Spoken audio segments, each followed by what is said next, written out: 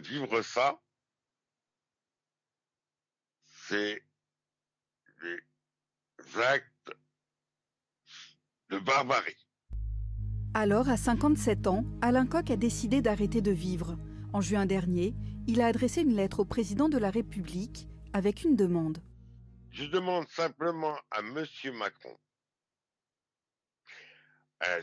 qu'il autorise à ce qu'un médecin me prescrive un médicament que la pharmacie locale ou de l'hôpital me délivrerait, afin que je puisse prendre par moi-même ce médicament, m'endormir et qu'à partir de ce moment-là, je ne souffrirai plus.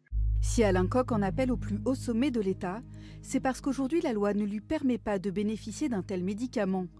Car la loi Leonetti, relative aux droits des malades et des personnes en fin de vie, instaure un droit à la sédation profonde et continue jusqu'au décès pour les personnes dont le pronostic vital est engagé à court terme, ce qui n'est pas le cas d'Alain.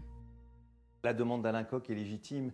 Qui ne pourrait pas le comprendre, à part le gouvernement dont on a l'impression qu'il reste aujourd'hui sourd, et il serait vraiment temps, enfin, qu'on ait une loi qui écoute les personnes qui meurent et pas toujours les gens qui sont autour du lit comme on l'a fait depuis tant d'années.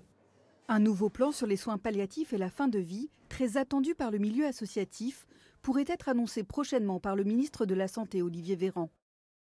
On sait que les soins palliatifs qui vont correspondre à 95-96% des situations, eh bien, il y a des gens pour qui ça ne conviendra pas ou qui ne voudront pas. Ce sera 4 ou 5% des morts. Eh bien, il faut leur permettre de bénéficier et de l'euthanasie et du suicide assisté. Donc une loi complète, c'est et les soins palliatifs et de l'autre côté, le droit d'éteindre la lumière, de choisir le moment et la manière de mourir.